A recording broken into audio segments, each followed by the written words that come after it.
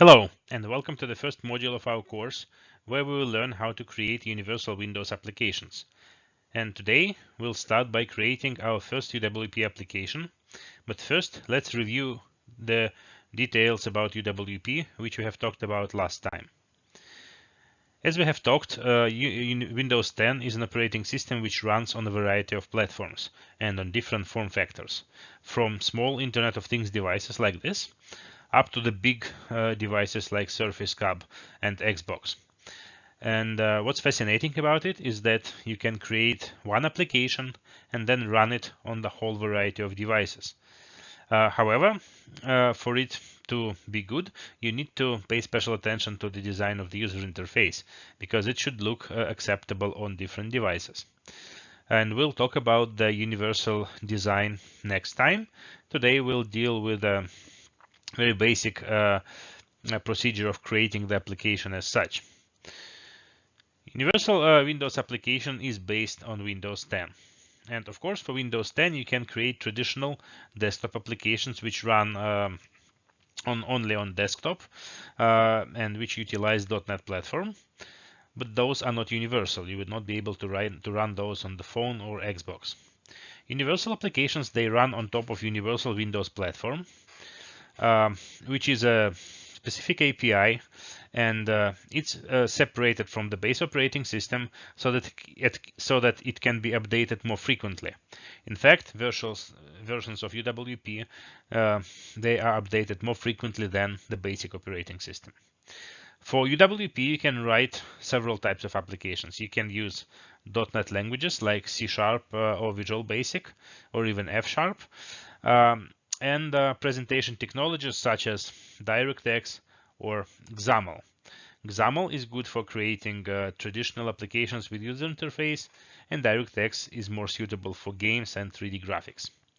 Also, you have another stack of technologies based on HTML and JavaScript, and you can create native applications using that. In addition to that, there is also a number of so-called bridging technologies, which simplify bringing applications from other platforms to UWP. For example, you can, using those technologies, you can embed web applications into a UWP application.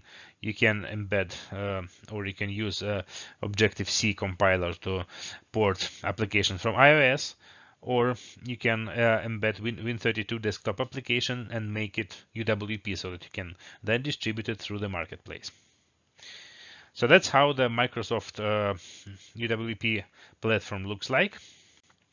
To develop for this platform, you would need Visual Studio, and you can take, the best thing to take would be Community Edition of Visual Studio, which allows for free development of applications to small teams and startups, and to individual developers like you.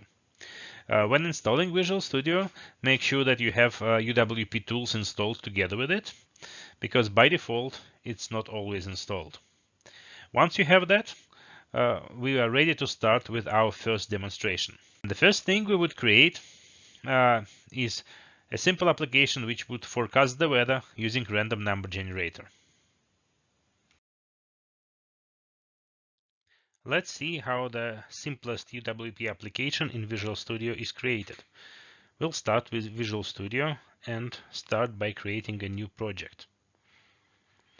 If you have everything installed correctly, you should be able to select Visual C#, Windows Applications, and here you will see different templates. We'll start with a blank application, which is marked as Universal Windows Application. It's very important to choose this one correctly, because if we choose, for example, Windows Forms application or WPF application, it would not be a universal app. It would be a normal traditional desktop app. For us, universal application is important. So let's start with some name, and we will create, as we said, weather forecast application. So I'll call it weather. Then we select platform version. As I mentioned, Windows Universal Platform can have different versions and can be updated independently of the operating system. So we will select the minimum version and the target version, which is the one at which the application is guaranteed to work. This drop-down will list all the platform versions that you have installed or which are available. So let me just leave it at default, because that does not matter much at this point. And if I press OK, the project is created. The Universal Windows Application project has quite complicated structure. You see it contains quite a number of files. And if you look at these files, first of all, it contains two XAML files, main page and app XAML. Main page is the main file which describes the page which appears when our application starts up. As we will see later, our application can have several pages, but this one has just one page, which is main page. App.xaml is another file which describes what happens at the application startup, and we will not go into detail at this moment. So also another important thing is references. And references contain all the libraries which are used by the application. What we can also do from here, we can add different references to other libraries, and what we can also do, we can add additional extensions to the Universal Windows platform. For example, if we are developing the application for Internet of Things and we want to deal with sensors with some specific functionality, we can select Windows IoT extensions for the UWP. If we develop desktop application, we would need desktop extensions. The same mobile extensions if we develop for Windows mobile platform. Another thing which we can do is we can install NuGet packages from here. NuGet packages are packaged libraries, and you can see that it already contains one package, which is Microsoft.NET Core UWP. That's the main package of Universal Windows Platform, but you can also install several others which are available through internet. You would be able to list them here and add to your project.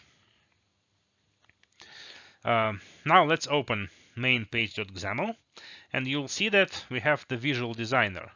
Visual Designer right now looks like a phone, and that's because we are viewing it in the phone format. You can select different device, and you will be able to preview how your application will look on different screen sizes. As we mentioned, universal application should work ideally at different screen sizes. Here is the markup of the page. In fact, each page consists of two parts. It has a markup, which is done in the language called XAML, and the C# file, which describes the logic of this page. So for our application, let's start with markup. You can do markup using two different ways. First of all, you can use Visual Designer. In our case, I want to display temperature, so I'll just take an element here which can display text. It would be called text block, and I will drag it to the form. I'll place it somewhere in the middle. Here at the bottom we have properties, so I can change properties of this text box. For example, I can make the text larger. There are quite a lot of properties. It can be difficult to navigate, but if you can think of a name of a property, you can use the search box. For example, if I want to change the font size, I can just type font and it will show relevant properties. So let me do it like really large font.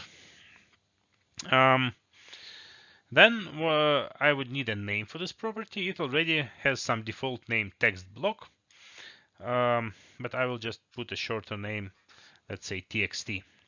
You can see whatever I type in the property box is reflected in the XAML. I can instead edit it right here. I can change the name here, saying text, and it will change in the property window as well.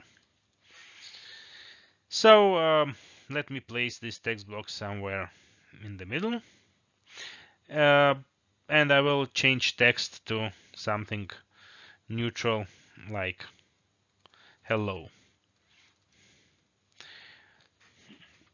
Then what else I would need? I would need a button which would be used to predict the weather.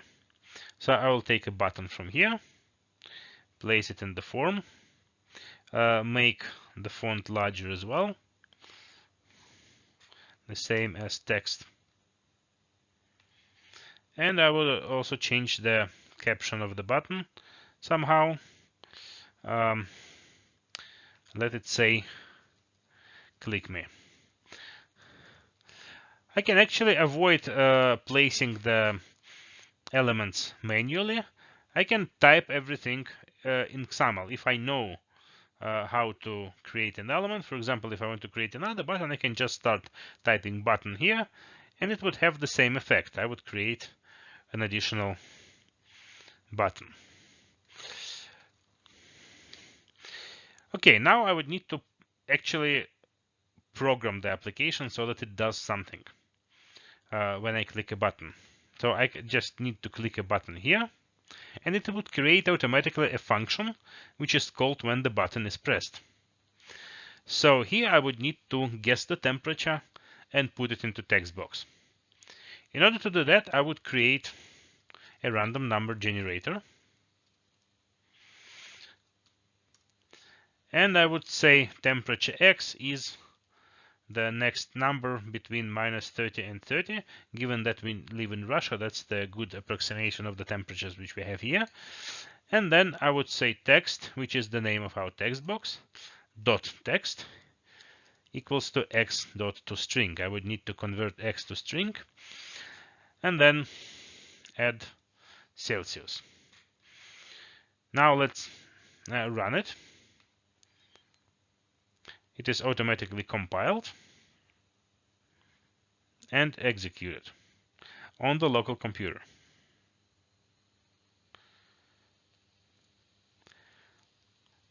You see the application starts in the separate window. This is the original icon. And then when the application runs, you see that it doesn't look quite as nice and as in the designer. Why does this happen? Because we do not take into account any screen changes. You see that designer doesn't know the actual size of the window when it will be executed, and that's why buttons are placed at the coordinates which we put them. To avoid that, we'll see what we can do.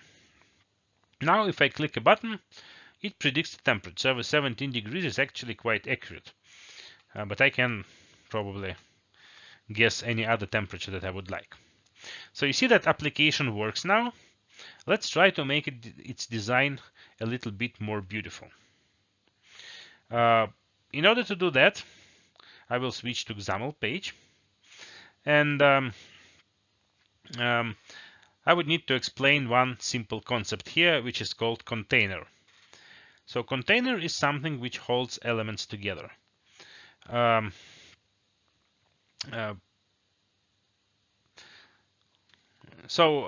Actually, let me avoid containers for the moment. What I will do, I will just get rid of a button first, because it's not really natural. When I start weather application, I would probably expect it to give me the weather right away. So I'll get rid of the button, and I will change the code of the page a little bit so that it starts this automatically. In order to do this, I will employ a specific function which is called load. I can go to the designer, select the page element, and here in the properties window, I can see there is a small button called events. Each element of the page has certain events associated with it. And you can see that the page itself has a number of events, and one of them is called loaded. This one executes when the page is loaded. I can double click here, and it would create me a function which executes when the page is loaded. And I can place all my code displaying the temperature here and get rid of the button click event altogether. So now when I start my application, it shows me the random temperature. Here it is. But still the design is not beautiful because it's displayed in at the position not necessarily in the center. To make it displayed in the center, I would need to change the layout of the page. Let's see how the currently text element is positioned. If you look here, you can see that it has the horizontal alignment to the left. It has some other properties, and it has vertical alignment to the top. So that would allow us to see all the properties. The position is specified here at the margin property, and you can actually see in the designer it also shows me how much space is empty between this element and the page border. In order for this text to be displayed in the center, what I would need to do, I would need to change the alignment. I can say that vertical alignment should be equal to center, and horizontal alignment should be equal to center as well. This would place the box in the center of the screen, but because I have the margins, it would also have some offset. Now, if I delete the margin, which would assume margin to be equal to 0, the text would be placed directly in the center. That's what I need for my design to look beautiful. Now, if I start the application, I would see that I have a very beautiful screen with the temperatures displayed in the middle of the window. So that's the first step in creating our weather application. Let's review what we have learned. One very important concept which I want you to remember here is the separation of layout and behavior. So each page is described using two files. One of them, specified in XAML, is the layout of the page, and another one in C# describes behavior. And those files work together perfectly in Visual Studio. Whenever you create an element called text block, for example, in the layout named txt, you get the same variable txt available in C# file, and you can change its property and specify its behavior, and it would be updated on the screen. The way it works is the following. From XAML file, Visual Studio generates in real time so-called partial class. It's the special class in C# containing all those variables derived from XAML code. And that allows you to use those variables in your C# code. When the application is executed, from the XAML layout, element tree is generated, so all those variables are populated upon startup. And then you can use them, you can modify them. It modifies the properties of the element tree, and all the changes are updated on the screen. So that's how a single page works. And if the application contains different pages, we can have more than one page. In this case, each page would again have its own design and its own behavior, code behind file.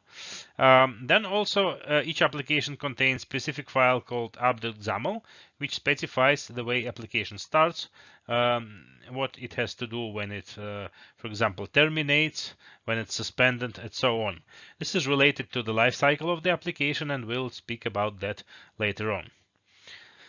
Then, of course, each application has a number of icons. Icons are included into the project file. It can also contain some other data. If, for example, if we want to store a certain data together with the application, we can place it in the project file. And then a very important thing about the application is the manifest. So let's see how the manifest looks like. In fact, we can open it in Visual Studio, and it opens in a special designer. It contains some important information like the display name of the application, default language. If we want to make the application in English, we would specify the different language here. It contains allowed orientations and so on. Another important thing is visual assets. It specifies all the icons of the application. You can see that application can contain icons of different sizes, and those would be useful for placing it into the marketplace, for making icons on the home screen of different sizes. And by default, it should contain some required sizes, but it can also have some of the icons missing. All the icons are placed by default into the assets folder. You can see it contains some of the icons here. So the easiest way, if you want to create an icon for your applications, you just replace files here with your own files of the same resolution and number of colors and the same format. But you can also place additional icons here and specify them in the manifest. You can also adjust some parameters like background color and so on. Another important thing of the manifest is capabilities. UWP prevents applications on the level of API by doing certain things which they are not allowed to do. For example, if your application wants to access the internet, like in our case, it should have the tick here so that it is allowed to access the internet. If we remove it, on the call, when the application calls the internet, it would just be stopped and not allowed to do it. And we can control other capabilities, like for example, we can give the application access to music library, picture library, video library. We can give it access to contacts and so on.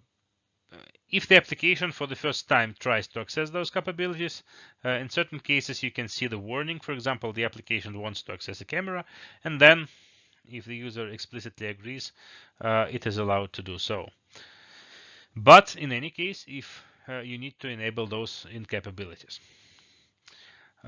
Also in the packaging, you can specify versions of the applications and other parameters. In fact, manifest is just XML file, so we can open it like in the code window and see that it's actually you see a specific format of XML file. But Visual Studio allows us to edit it in quite convenient and easy way.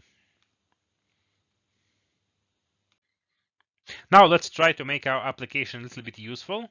Let's say we wanted to get the temperature, current temperature for Moscow from somewhere on the internet and display it to us. In order to do that, we would need some kind of API which would give us the temperature.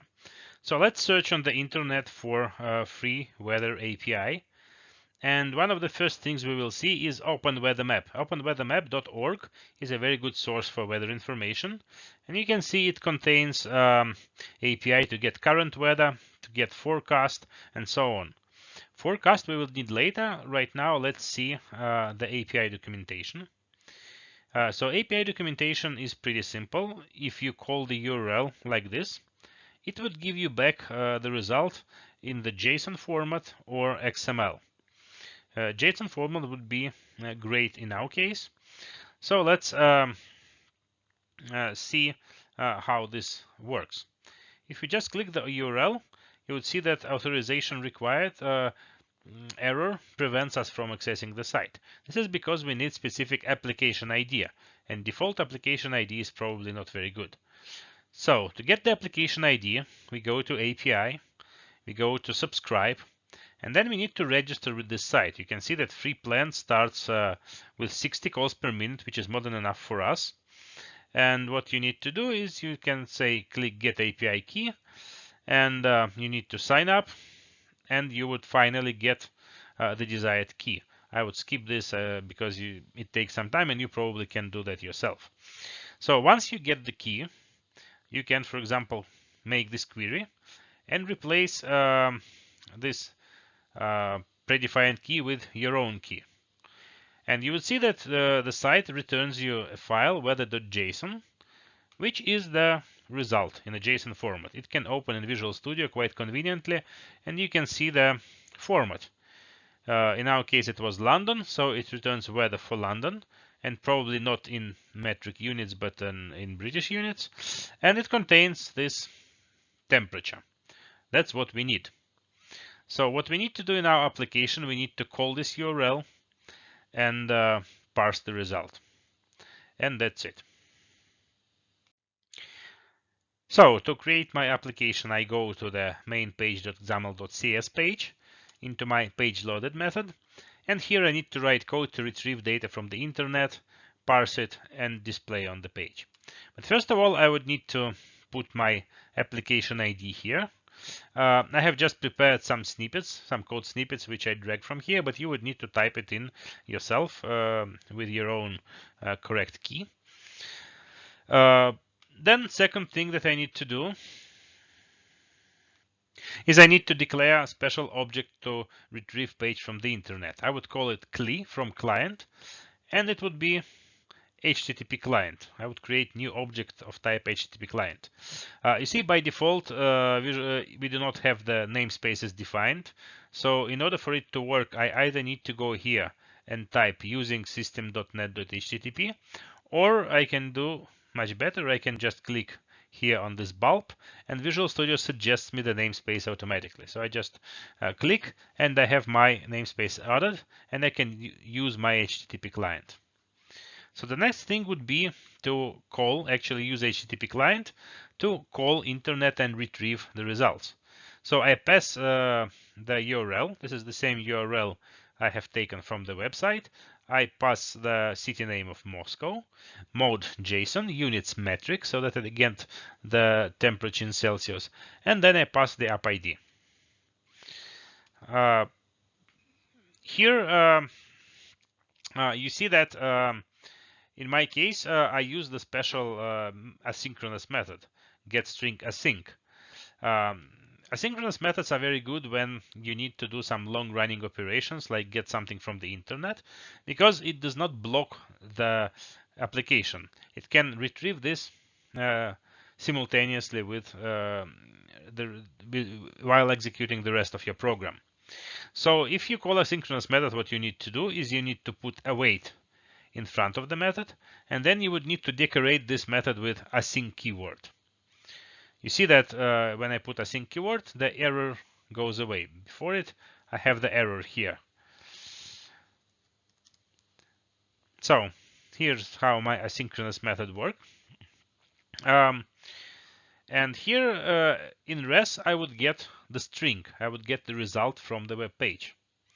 And actually what I can do, I can say text.text equals to res, just to see how it works. So we'll run our application and make sure that it can access the internet correctly. It takes some time to compile, and then finally soon we will see the result. That's how application starts. Then it should display hello and then the result. It takes just less than a second to get it from the internet. So you see the result indeed came in JSON format. Now I need to parse it. So the simplest way to parse the JSON format would be to use some library. And there is one library called newtonsoft.json, which is always used in .NET projects together with JSON files. So to add it, I would just go to references and say manage NuGet packages. NuGet packages are a very convenient way to get libraries from the internet, because it contains the internet repository of all possible packages, and you just need to select the one you need. You see, newtonsoft.json is so popular that it comes first. And then I just say install the less stable version. What it does, it goes to the internet, it fetches the package, it puts all the required DLLs in your application, it makes sure all dependent packages are also installed, and then it automatically inserts the reference to this package into your application. So you don't need to do anything, just install the NuGet package.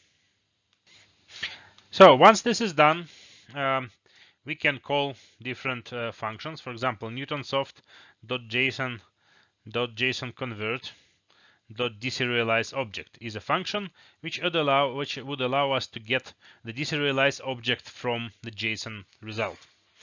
However, in order for it to work, we would need to declare in our C# program the object which corresponds to this JSON format. For example, this object should have the field called main, and this field should have another field called temperature, and so on.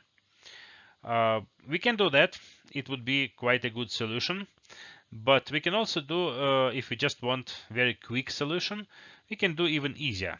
I would use the feature called dynamic variables. So I will say dynamic x equals to this result. What dynamic variables are is the variable which does not have the type, and whenever I assign something to it and then I call, for example, x.main, it would try to retrieve the field called main from x at runtime. If x does not have this field, it would throw an exception. And if it does, it would just return the result, which would also be dynamic. That's not very good way to program applications because you cannot do type check at compile time. You see, it does not contain auto completion because right now Visual Studio doesn't know which fields X would have. But it's quite good to get fast results. And by the way, you can also use this notation, this array notation. It's the same as x.main. And of course, you can use for each. You can say for each z in x to traverse all the fields that x contains. In our case, we just need to do, we can just say text.text equals to x.main.temperature, and then I will use toString to be on the safe side, and then I will add Celsius at the end. Let's run our application and see how it works.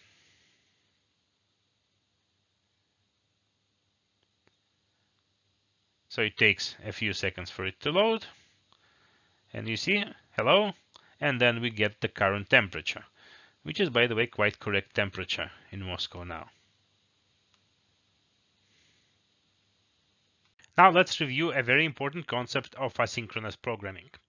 Suppose we need to call some internet service which takes some time to execute. If we write it in a traditional way, then we would end up calling the function like getString, which will go out to the internet and get the result.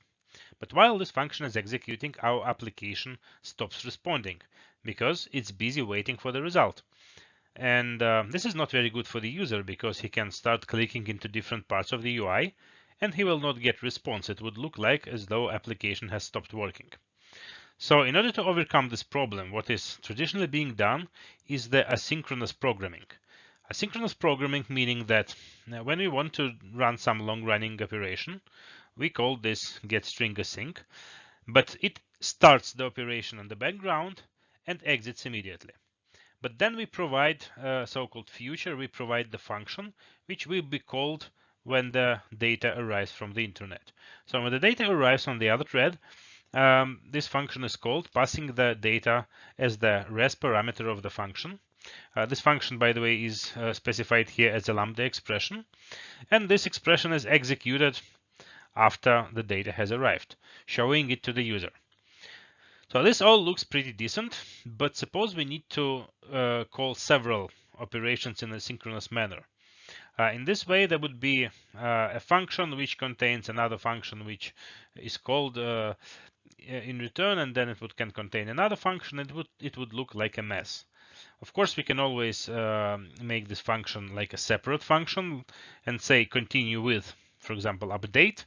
But in this case, we will end up with a number of functions, each of them calling each other in some order, which is not very obvious from the program itself. Because it would be very convenient if we just specified the order by writing a traditional algorithm. And this is in fact can be done using async keywords in C#. In C# we can write this synchronous operation using await keyword. And what would happen is precisely what is written above. It would exit from this function immediately and schedule download in the background. And when the result is downloaded, it would continue with this function from the next line after await. And all this is done automatically. In order for this magic to happen, we would need to annotate this function with a special async keyword. And C# compiler would turn it, in fact, into a state machine, which contains several states, and each call of the function would proceed with the next state. So it would be quite complicated in the background, but for the programmer, it's pretty simple. What we need to do is when we have a long-running operation, asynchronous operation, and normally asynchronous function end with async, we just specify the await keyword in front of it, and we decorate the calling function with async modifier. And then when we call this async function, it would also require await. So down the stack, when we trace the sequence of calls, it would be like sequence of async await, async await, async await. So it's quite easy to get used to it, and we'll see more examples later on. Now let's see how can we make our applications to refresh the weather automatically. For example, if we want to put this application on the big screen, place it on a window so that it works without any user interactions and always shows the current weather. To do that, we basically need to call the refresh function every now and then. Whenever we want to do something like this, we can use the special object called dispatcher timer. What dispatcher timer does, it allows you to schedule a certain function call in a given intervals. So we just need to specify interval, in this case 1 minute, and we can specify the function, which would be called periodically and called dispatcher timer.start. Let's see an example how the auto refresh feature can be added to our application. So as we have seen, we would create the dispatcher timer object here. Dispatcher timer.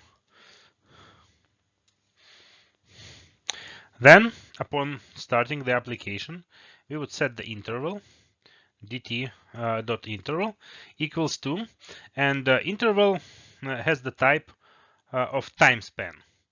So we can say new time span, or we can say time span from hours, from seconds, from minutes. Let's say from minutes 15. But for demonstration purposes, let's say from seconds 3. So it would be like every 3 seconds. And then we will say dt tick plus equals to a certain function. In Visual Studio, I can press tab and I can call this function refresh, which is a very easy and fast way to create a function. And then I should not forget to say dt.start. So refresh function would actually be responsible for refreshing the weather. So I would, for example, call the function update, which would update the weather. Because the function does not exist, what I would do, I would create the method automatically. It's another simple way to save on typing. So update method would actually be this one.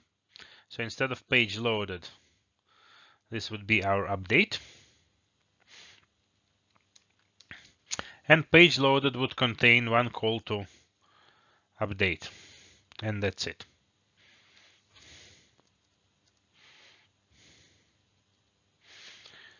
You see that Visual Studio does formatting beautifully.